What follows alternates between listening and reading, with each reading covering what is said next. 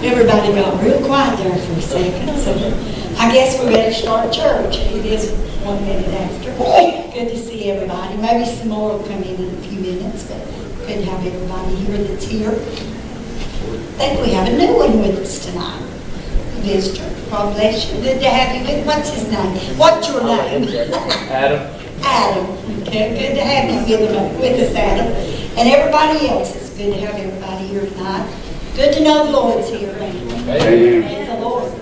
He's everywhere, ain't he? We don't even have to come to church for God to be where we are.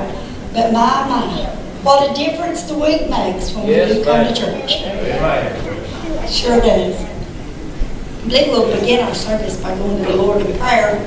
Does anybody over here have a special prayer request? I got a special prayer request. A little fellow named Marty and his nana broke his foot, and they had to go with the truck, had to go with the emergency surgery Saturday. So I didn't get here that Sunday, but we do need to pray for him and pray for the nana too, because she's broken a little trauma. I'd say. Is Maverick a little person, a little boy? About 3 years old. Oh goodness, so let's remember that. His nana run over his foot with the truck. So that's traumatic. Probably more to the nana than to the little boy. I can imagine. My family had never let me live. Never would they have. I know. It's a wonder I had. They don't let me keep my little grandkids. That's why. No, they would. I'll take that. I better hush or I'll be babysitting. All right, anybody over here got a special request? Remember Mom, you're not too Let's remember Sister Lucille. Guess that's where Marcia's at, it's with her. Let's remember Sister Bonnie Holland. She had her knee replaced yesterday. I talked to her right before church, and they've had her up walking twice today. She sounded all chipper. She's watching something on Netflix, and she goes to rehab at Swain tomorrow, so just remember her. Remember two aunts, Peggy Hayes and Frances Dorsey. They're sisters. They found out on the same day they had breast cancer, same time. They had surgery yesterday, both of them. And Frances doesn't have to have any other treatments, but Peggy has to have radiation. So remember them both as they go. Yes, let's remember this. Very, very special request. Continue prayers for Sister Sandra. Yes, let's remember Sister Sandra and her shoulder surgery. Brother Dale Remember Matthew. and Garrett, Brother Mike and Alex. Remember Zachary Merritt? Zachary Merritt. Oh, let's remember Zachary Merritt. His mom is from here in Bryson City, and he had an accident over the weekend and broke his pelvis really bad. Just a young man, just got out of college, fixing to move to Nashville. And, you know, our lives can change just like that. So please remember him, Zachary. Sister. Go ahead, Debbie. Continue prayers for Scott Halligan. Let's remember Scott Halligan. Brother Mike. I keep forgetting, and shouldn't forget, but I mentioned it once before. The gentleman that had a wreck on his tractor, Arthur Wade, and he broke his pelvis and broke arm, maybe shoulder, but he was in mission. Now he's in rehab. Yes, let's And I remember. talked to him yesterday. He's quite a bit tired. He's a fine man. He's He's a fine man. We'd pray for him if he was a fine man or not. I didn't mean it that way. He's just a fine Christian man. I'm going to have to hush. I'm just going to get on. And we're live, ain't we? Okay, maybe you have an unspoken request. Sister Linda, we're going to remember your son tonight. We're not believing the report that he's been given. Praise the Lord. Brother Bill, what'd you say? Don't forget Bobby Jenkins. Yes, let's remember Brother Bobby Jenkins. Has anybody read anything about him in the last few days? He is improving. Is he? They said it's going to be a long haul for him. He was critically injured in an automobile accident. So let's remember him. Let's all stand.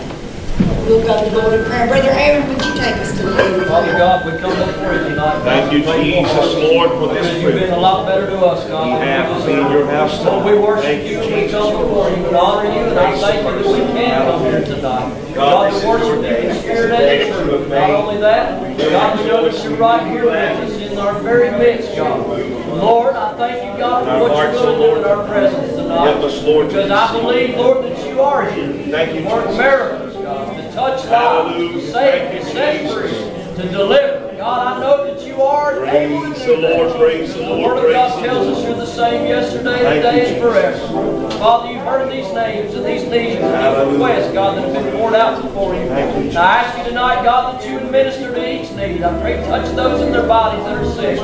Heal them and raise them up, God. I pray for Brother Bobby Jenkins tonight, God, that you work in that situation, God, and just work a miracle, Lord. I pray, God, for those names that are called out and those that are lost, that you draw them to you. God, that you send conviction and bring them, God. I pray, God, for a quick and speedy recovery, Lord, for all those that are sick.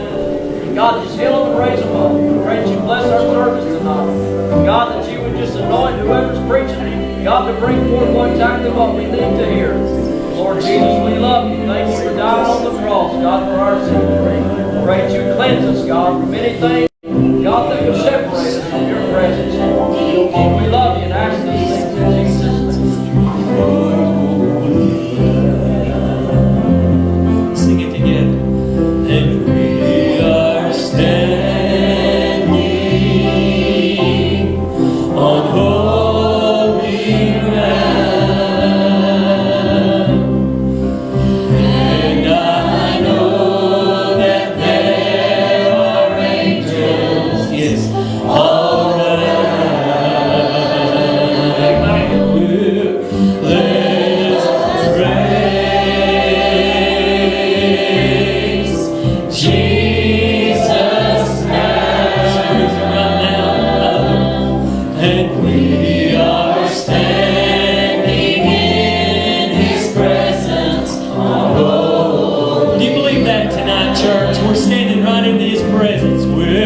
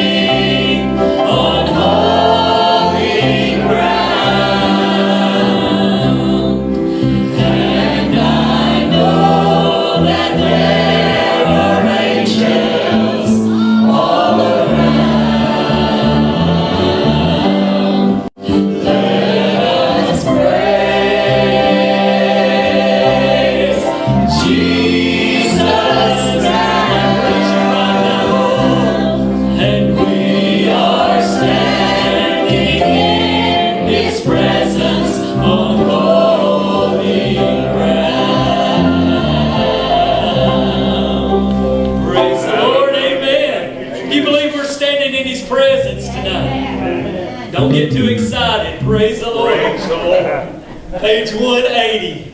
Hallelujah. Praise God.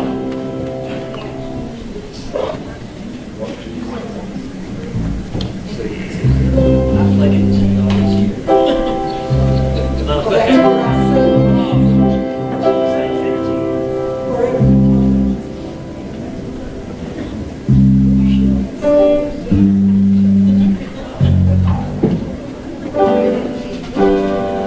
Page 180. There's a happy land of promise over in the great beyond, where the saints of earth shall soon in glory share, where the souls of men shall enter and live on forevermore. Everybody will be happy over there.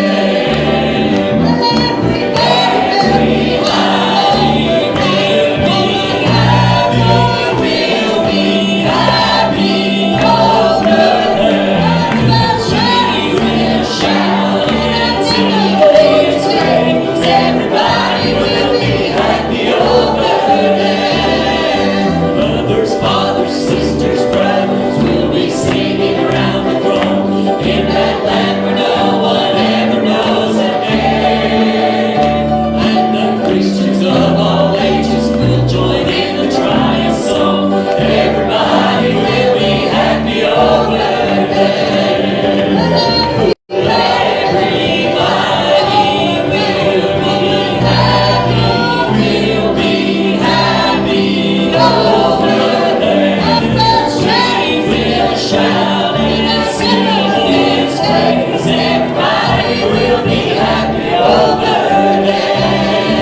We will hear nobody praying and no warning in that land. Lord, no burdens there will be for us to bear.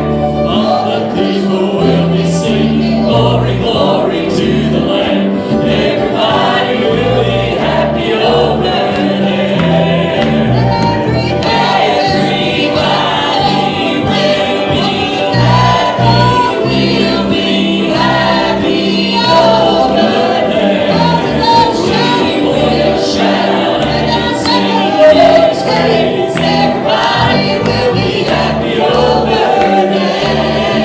There will be the one who saved us and who kept us by His grace and who brought us to that land so bright and fair.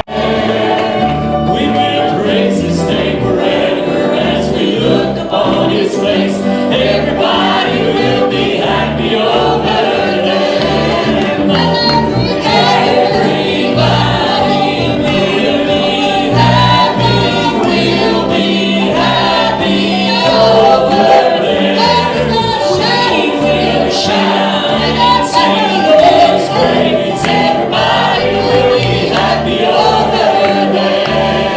There will be the one who saved us and who kept us by His grace and who brought us to that land so bright and fair. We will praise His name forever as we look upon His face. Everybody will be happy over there.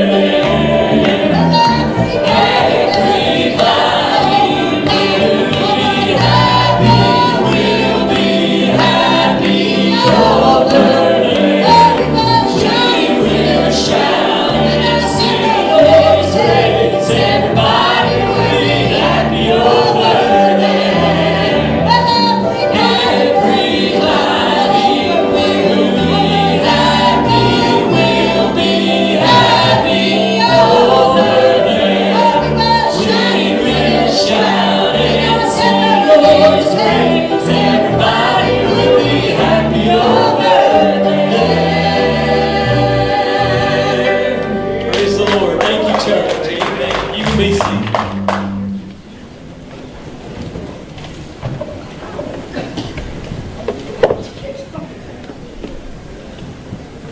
Praise the Lord. Amen.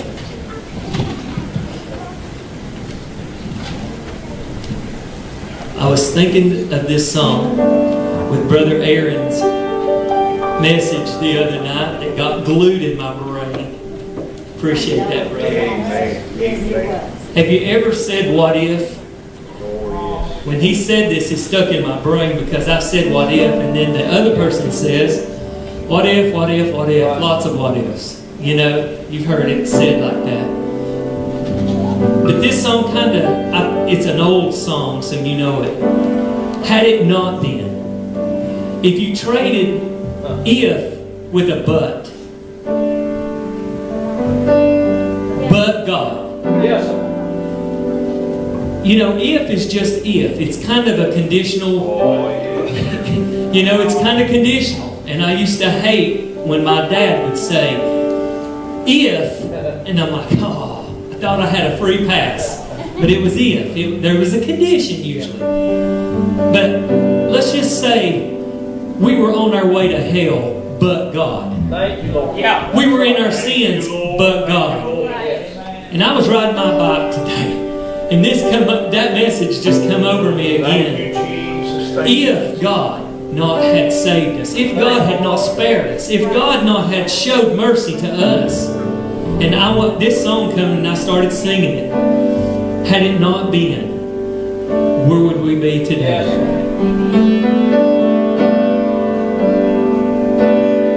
Just suppose God had searched all through heaven and could not find one willing to be a supreme sacrifice that was needed to buy eternal life for you and me.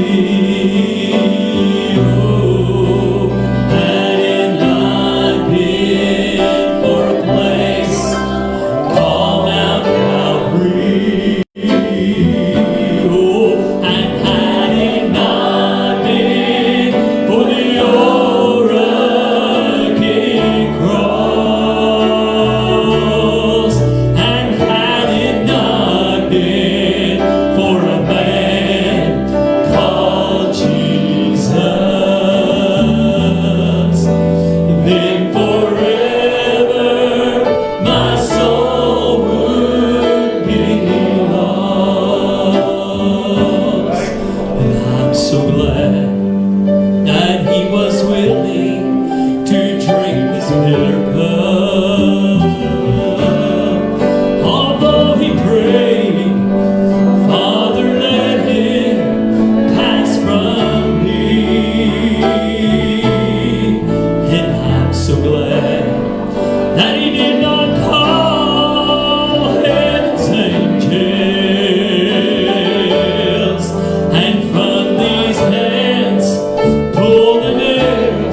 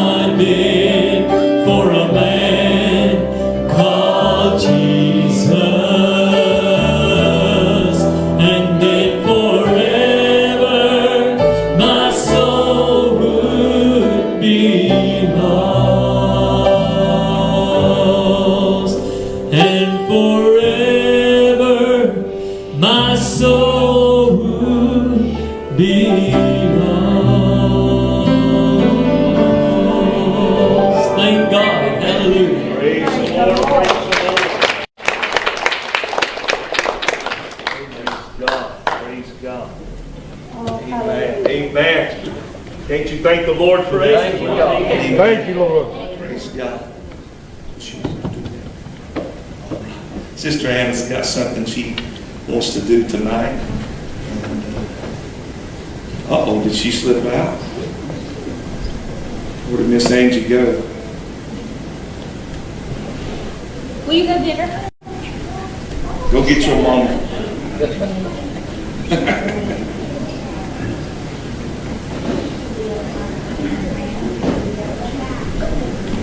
While she's doing that, brother, Go ahead. do you think that we got anything to worship and to praise Jesus? Come on. Thank you, Lord. Come on. Come on, brother. That just sitting here Praise the Lord. Amen. pleases Him for as much as He has done for us. Oh my. God forgive us. If it wasn't for the old rugged cross, Thank you, God. Thank you, Lord. you know, He didn't have to come to earth. No. He didn't have to come to earth. But you know, He volunteered. Amen. He was willing. He didn't have to save me. And I don't know why He did. Thank But I you. do know because He loves me. Yes, amen. Amen. We should praise, Praise the Lord. praise the Lord Thank you, Lord. for what He's done. Hallelujah. Thank you, Jesus. Oh, praise the Lord. Amen. Would you just raise up your hand one more time and say, Lord, I thank you. And I praise you. You know, the Bible said, don't rejoice that the devils are subject to you, but rather rejoice that your name is written in the Lamb's Book of Life. We've got a reason to rejoice in the Lord tonight. Amen. To God be the glory. You know a song, it says, oh, that men would praise the Lord for His goodness and for His wonderful work shown to the children of men. In Psalms 103, oh, bless the Lord at all times. Forget not all of His benefits. He has benefited us so much. And there's no way we could ever praise Him enough. Amen. Sister Hannah, go ahead and come on. Amen. You're getting put on the spot. Amen.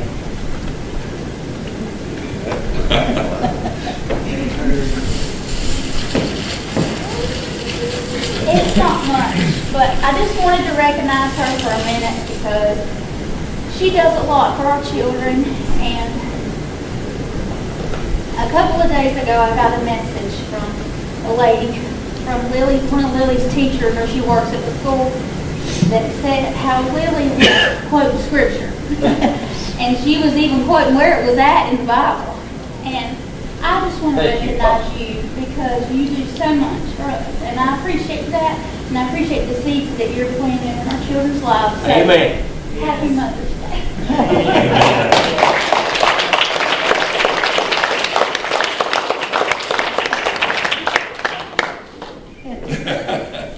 She don't know what to say now. That's all I do. Thank you. All right. Thank you so much, Sister Hannah. Very thoughtful. Very thoughtful. And I know she's my wife. She's my better half. No amens. But, amen. But I know she pours a lot into all of our youth now. And they love you just a little bit. Just a little bit. All right, youth, you can be dismissed at this time. I know you're excited about going back. Amen. Praise the Lord. It's good to see everyone tonight. I hope you have had a good day so far. And now I don't have to buy you a hanging bed. That's what she's been wanting. Amen. Saving me some money. Praise the Lord. Then Brother Radford, he brought me some heaven on earth. This Amish peanut butter. They said this is stuff that you spread on bread. No. Don't you do that with that. All you need is a spoon. All you need is a spoon. And the unfortunate thing is, I don't sit down and just eat a spoonful. I can finish this whole container off in one setting. I absolutely love this stuff. I shouldn't do that, but I do. Amen. Praise the Lord. Praise God. I'm excited about what God is doing in your heart. Thank you, Lord. You know why? Because He's still working on you. Yes, sir. Yeah. He's still working on you, continuing to show progress in your life, trying to help you. He's not left you alone, thank God. Aren't you glad you've not been left alone tonight? But He continues to strive with you, continues to show you mercy. And mercy is something that I'll never get over, how much mercy that God has extended in my life. And there's no way I can praise Him enough for that. Amen. We've been concentrating on the last little while about the strategies that Satan uses against you and me. And I tell you that Satan, he's good at what he does. He's studied humanity for over 6,000 years. He knows what makes us tick. He knows what to do to get us sidetracked.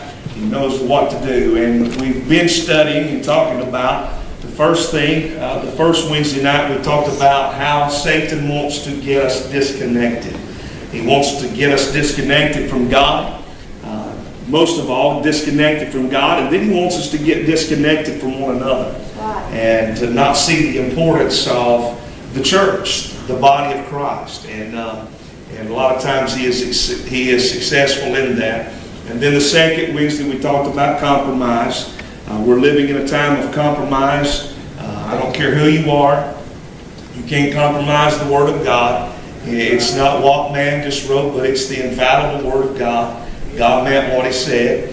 We've got to believe it. And we talked about deception, how deceptive the devil is and what he does. And then last Wednesday night we talked about doubt, how Satan tries to get us to doubt. But tonight I want to talk about the strategy the devil uses against you and me is excuses. Excuses. And this is a big one tonight. This is a big one tonight. I was down here all day today. We put some brand new carpet downstairs. I'm going to turn my office downstairs and just last Thursday put a brand new fan carpet. The downspout come undone yesterday, and we had 2 inches of water downstairs and just saturated that carpet real good. Well, I guess it's going to make it stick good. It'll make it lay more flat. So I took over probably, I'm guessing 150 plus gallons of water from downstairs, and just a simple downspout. It's amazing what that'll do. We hadn't had water in that room in years.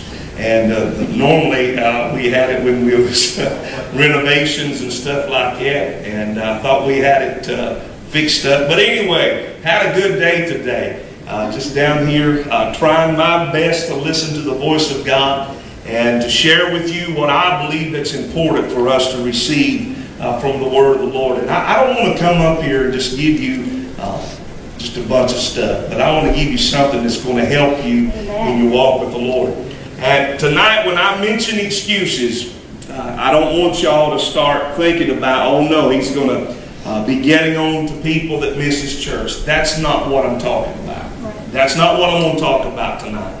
I could talk about that, but I'm not. But what I want to concentrate on tonight, and this is something that's been going over and over and over my head, especially in the last little while. What if every single one of us here tonight were to fulfill God's will in our lives?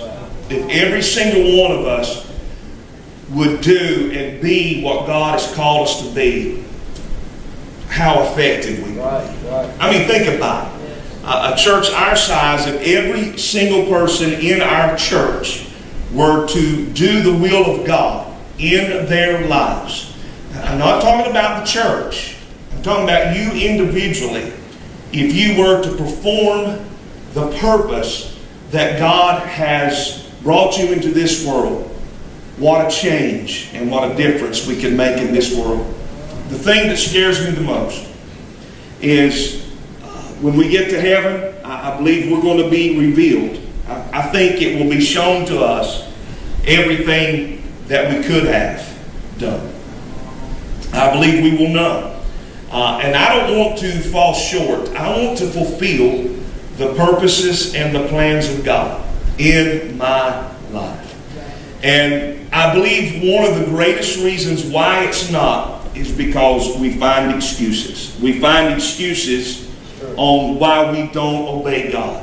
And the Bible's full of it. The Bible is full of people that came up with excuses of not finding, personal reasons why they couldn't fulfill the plans of God. If it wasn't personal, it might have been financial. Just a lot of different things that we come up with to try not to obey God. But we'll find out in a couple of stories tonight, these individuals that tried to find excuses, God did not receive it. God didn't accept the excuses that they handed to God. And guess what? God is not going to accept yours either. God is not going to accept your excuse. And so I want us to sincerely tonight ask ourselves the question, what excuses are we giving to God for not obeying Him in our lives, doing His purpose, doing His will? And one of those things that I believe that the excuses that we use the word I can't. I can't do it. If you're depending upon who you are to fulfill the purposes and the plans of God, you will never.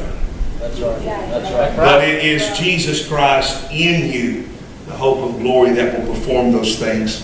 I believe another thing that Satan uses against us is people feeling unworthy. Feeling unworthy. I know of people that in the church had been in church all of their lives, and we would partake of communion, and they wouldn't do it. They just wouldn't partake of communion because they always felt unworthy. They felt like they just wasn't worthy. And I believe sometimes, if we're not careful, we can take humility or humbleness a little too far. Did that make sense? Oh, yeah. I just had two or three. Now I'm getting more people to agree. I mean, being humble is good. But when we get to a point in a place where we use humility as feeling or finding an excuse to not obey the Lord, saying things like, I'm undeserving, I'm not good enough, and that's exactly what the devil wants to put into your mind. And a lot of times we use those excuses. Also, the devil, he will use guilt to make you feel like you're unqualified. Yes, he will. He will take your past, the mistakes, the blunders that you have had in your life, and a lot of times that hinders people from obeying the will of God. And I was reading the story, and I'm so sorry that it just left my mind. But it was the lady that was used mightily several years ago. She wore the big long white dress. Catherine Kuhlman. And when I was reading her story today, I was blown away because she had committed adultery, and when some of the churches found out about her life, they wouldn't allow her to come to their church anymore because of her past. And for years she stepped away, and I can only imagine how that made her feel, because she was invited to go to this one church, and right before that she got up to minister, the pastor found out about her past and said, I am so sorry that the church was filled to the capacity, but just exploited her in front of everybody and talked about what she had done. It just devastated her, but God used her in her latter years more than He ever used her at the beginning of her life, because she finally decided to say, regardless of what you think about me, That's right. That's right. I've got to. Oh, I felt that. Yes. Regardless of how you judge me according to my past, I've got to obey God. I've got to do God's will. And God used her better in her latter years than He did in her former years, because she finally reached to a point and a place where she could care less what others thought. Thank you, Lord, for loving us. Yes, Lord. But I believe so many that Satan has used guilt against you to keep you Yes, He has. from being who God has called you to be. And we use that as an excuse not to obey Him because we are afraid that we'll be unqualified according to man's opinion and what other people think. Listen here, if that was the case, He wouldn't have used most of the people in the New Testament. That's right. That's right. He would have never saved a woman that had 7 devils. He would have never forgave a woman that had 5 husbands, and the one that she was living with was not her husband. He would have said, there's no hope for you. I'll save you, but you're going to have to go and sit on a pew somewhere because of your past. Right. That's right, preacher. Yeah. Come on. And because of what you've done, you're disqualified for what God can do in your life. Let me tell you something. I've never looked for man to qualify me. Because if you're looking for the approval of man to qualify you, you will never feel worthy. You'll never feel qualified. I remember when God first called me to preach, and a lot of ministers got a hold of me, and sometimes I wish I would have listened to some good instruction, because it's hard to believe this August I will be ministering for 30 years. That just blows my mind. But, they told me, you need to go to college. You need to, if I went to college, Sister Bobby Joe, I'd probably still say the words that I say, Sister Webster. And because all my words don't always come out right. And, I've got my own dictionary, if you've not figured that out yet. But, I was looking for men to qualify me. And a lot of times men pointed to me and said, well, you need this in order to go further. You need this in order to do that. And I stubbed up and said, I don't need man's approval, I just need God's approval. And that is so true. Yes, but the devil will use guilt against you to make you feel unworthy or unqualified. A lot of times the opinion of others will keep people from being obedient to the Lord. People can, some people say, well, they're using constructive criticism, trying to help you. Don't you ever, listen to me. I know that we've had people sing before that didn't sound the best. And I know that, and sometimes it gets difficult to enjoy, but we get so critical sometimes that we can discourage people because listen, folks, my life is meant to bring glory and honor to Jesus Christ, regardless of what it sounds like. Regardless of how that it ministers to you, it's meant to minister to Him. And as long as He is pleased, that's all that makes the difference. So Amen. God, help us to never form our own opinions about the qualifications of somebody. I believe that sometimes culture impacts us in a way where we're not obedient to the Lord, because a lot of times the culture will say you need education. The culture will say you need to look a certain way. And I hope anybody don't get offended with what I'm about to say. But preachers are starting to wear skinny jeans, and I don't understand that. So don't expect me to put skinny jeans to fit in. Number one, I want to be comfortable. But culture, but I'm being very serious, because when I came up, when I was 17 years old, I thought that you had to look a certain way in order to be a preacher. You're right. Because you got Sister Nana, buddy, if you didn't wear a white shirt, a long sleeve shirt, and you weren't a preacher.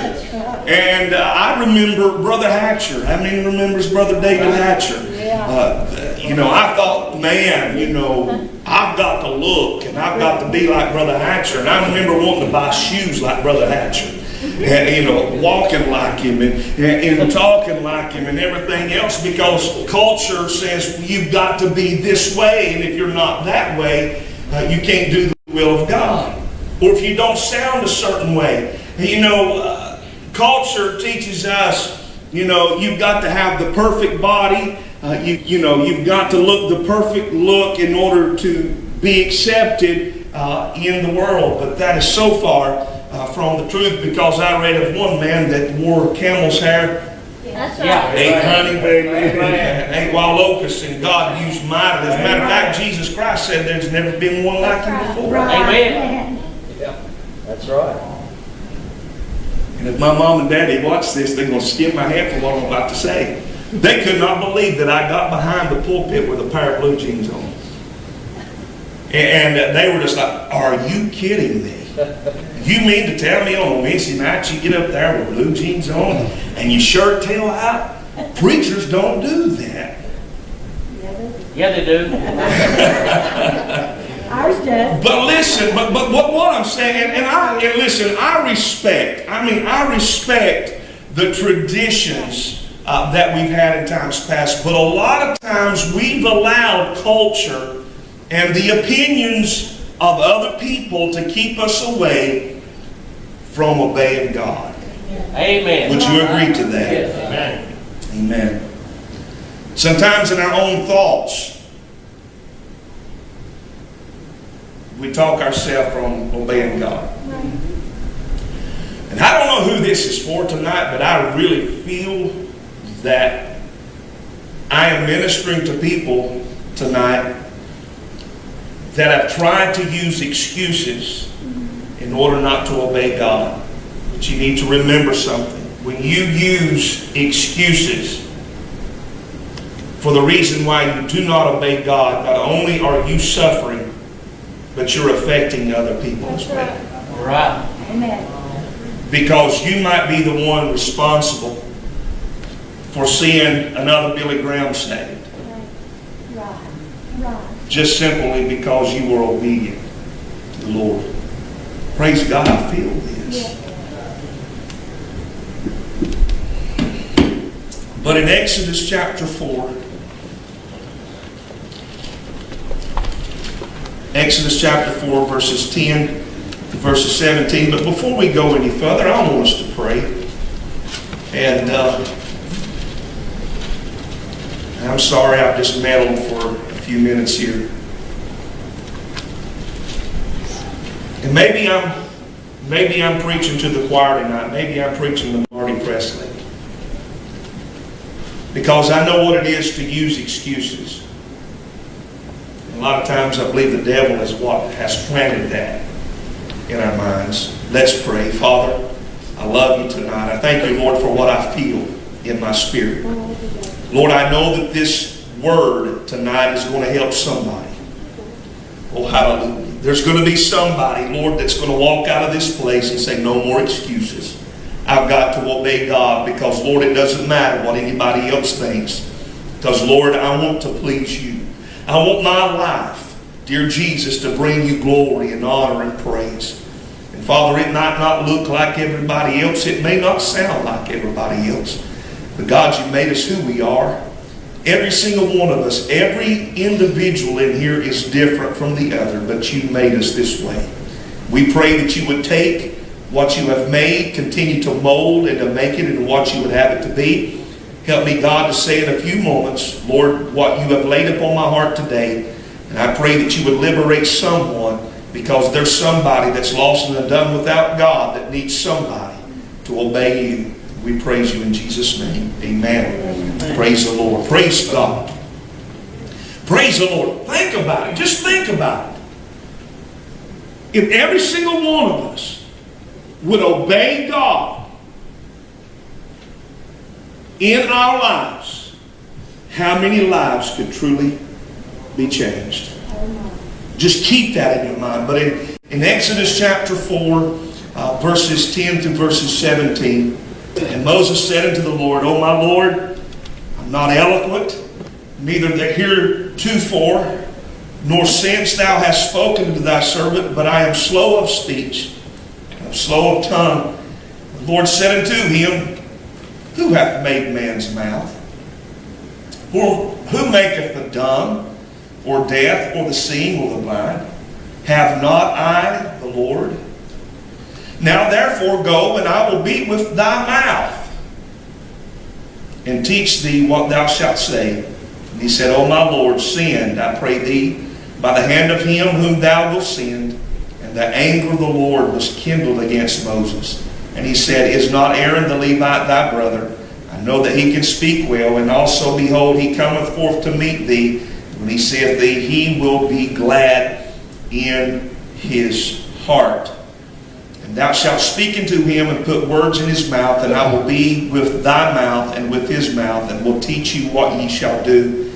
And he shall be thy spokesman unto the people, and he shall be to thee instead of a mouth, and thou shalt be to him instead of God. Thou shalt take this rod in thine hand wherewith thou shalt do signs.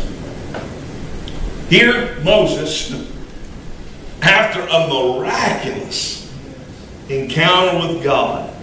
I mean, can you imagine see a bush that's burning but not consumed, and something speaking out of a bush and saying, take off your shoes, for the place you're standing is holy ground. And God gives him instructions. Said, this is the purpose for your life. This is what you're going to do. But what does he do? Automatically begins to offer excuses on why he can't do it. Yeah. Then God begins to say, listen here, didn't I make the blind, the dumb, the ones that can speak? What God was saying, if you'll just depend upon me, he said, I will be in your mouth. He said, I will take care of what you can't do. I've heard so many ministers in times past that was so afraid to even stand up to give a book report, and God called them anyway. You know, my dad, he was one of those. He wouldn't stand in front. He would never want to give a book report. He would just take an F because he didn't want to stand in front of anybody. And Dad had a little bit of a stuttering problem, and he thought, well, I'll never be able to do anything in the kingdom of God. But did it change God's mouth? Did it change God's plan for his life because of what he felt like he couldn't do? Absolutely not. Did God change his mind about Moses because Moses said, I can't do it? No, God did change his mind. So every excuse that you offer up to God is not a good one. Regardless of what it is. My goodness, if God tells you to write a book and you don't have no hands.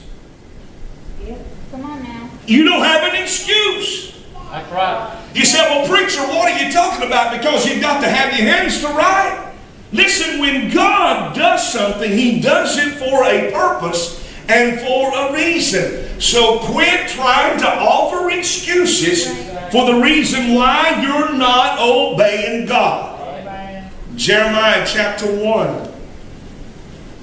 Praise the Lord.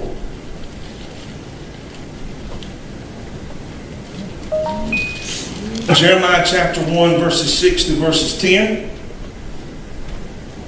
Then said I, Lord God, behold, I cannot speak, for I am a child. But the Lord said unto me, say not, I am a child, for thou shalt go to all that I shall send thee, and whatsoever I command thee thou shalt speak. Be not afraid of their faces, for I am with thee to deliver thee, saith the Lord. Then the Lord put forth his hand and touched my mouth. And the Lord said unto me, behold, I have put my words in thy mouth. See, I have this day set thee over the nations, and over the kingdoms, to root out, and to pull down, and to destroy, and to throw down, to build, and to plant. Here Jeremiah saying, listen here, I can't do it. I'm too young. I'm too young. There's no way that I can go to a rebellious nation and say, thus saith the Lord. There's no way I can do that. But what did God do? Did God change his mind about the plans that he had for Jeremiah? Absolutely not.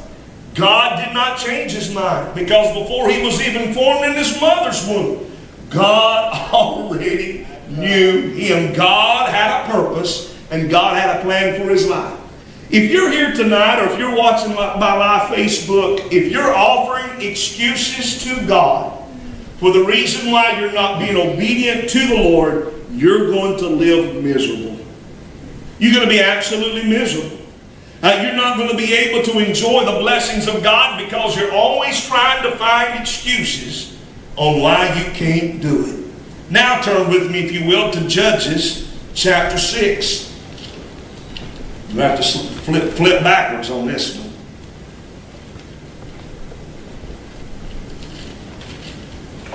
Judges chapter 6, verses 11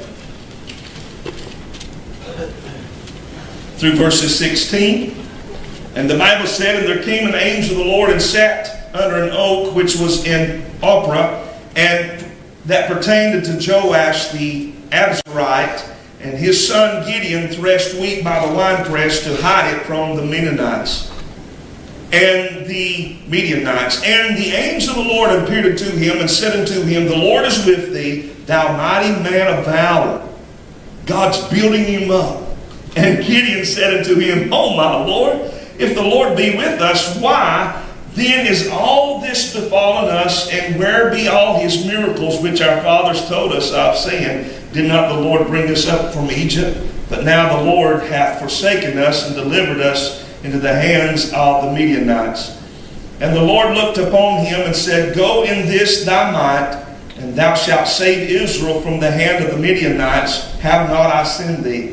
And he said unto them, O my Lord, wherewith shall I save Israel? Behold, my family is poor in Manasseh, and I am the least in my father's house. And the Lord said unto him, "Surely I will be with thee, and thou shalt smite the Midianites as one man." Here again, someone trying to find a reason or an excuse not to obey God. We have Moses that says, I'm not eloquent in my speech. I'm not able to do that. We have Jeremiah says, I'm too young. And then we have Gideon that says, I'm too poor. So I don't care what spectrum you're on. You can't talk, you're too young, you're too poor. Whatever it is, God doesn't change his mind about you according to your situation or your circumstances. Because it's in your situation and your circumstances that you've got to learn to be dependent upon Jesus Christ, because I can do all things through Christ who strengthens me. It's not me, but it's him inside of me. So here tonight, we really don't have any excuses of not obeying the Lord. Because when you find out who we are in Jesus Christ, it helps you to obey the Lord. Because in John chapter 1 and verse 12, it says, I am a son of God. In John 15 and verse 15, it says, I am a friend of Jesus. In Romans chapter 5 and verse 1, it says, I am justified. In 1 Corinthians chapter 6 and verse 17, it says, I have unity with the Lord and spirit. I am one with Christ. In 1 Corinthians chapter 6 and verse 20, it says, I have been bought with the price. I belong to God. In 1 Corinthians chapter 12 and verse 27, it tells me I am a part of the body of Christ. I told the men last night, I said, you know, sometimes I feel like a gallbladder. You said, well, what sense does that make? You know, you can make it without a gallbladder. But you sure don't function good. Right. Amen. That's right. Amen. So,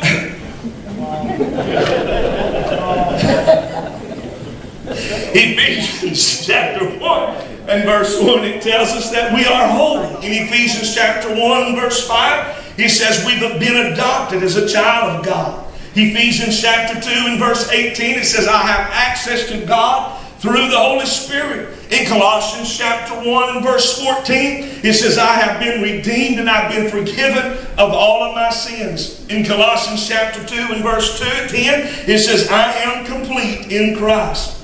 In Romans chapter 8, verse 1 and verse 2, it says, I am free from condemnation. In Romans chapter 8 and verse 28, it says, all things work together for good. In Romans 8 and Romans 8 and 31 to 34 says, I'm free from all charges against me. Praise God. In Romans 8 and 35 to 39 it says, nothing can separate me from the love of God. 2 Corinthians chapter 1, verse 21 and verse 22, it says, I've been created, I've been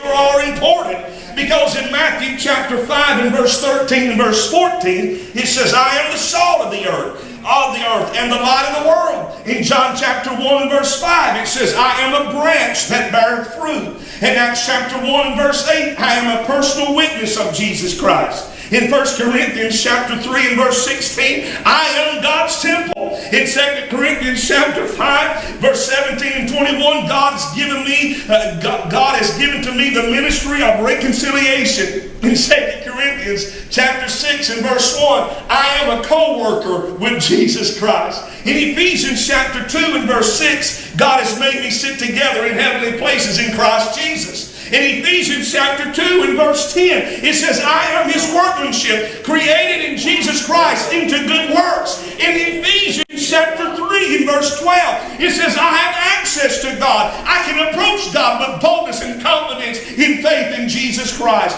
And in Philippians chapter 4 and verse 13, it says, I can do all things through Christ who strengthens me.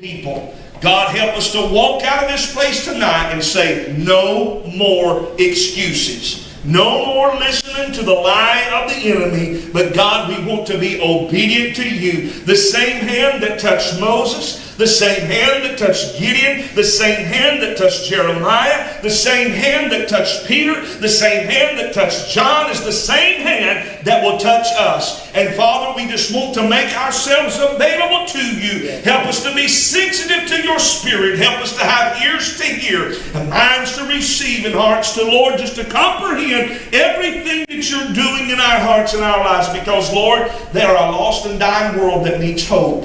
There's a lost and dying world that needs Jesus. And Lord, we are the vehicle that you choose to use. And I pray that we will be obedient to you, Lord. We praise you in Jesus' lovely name. Amen and amen. And I want y'all to help me to be praying for the ministers in India.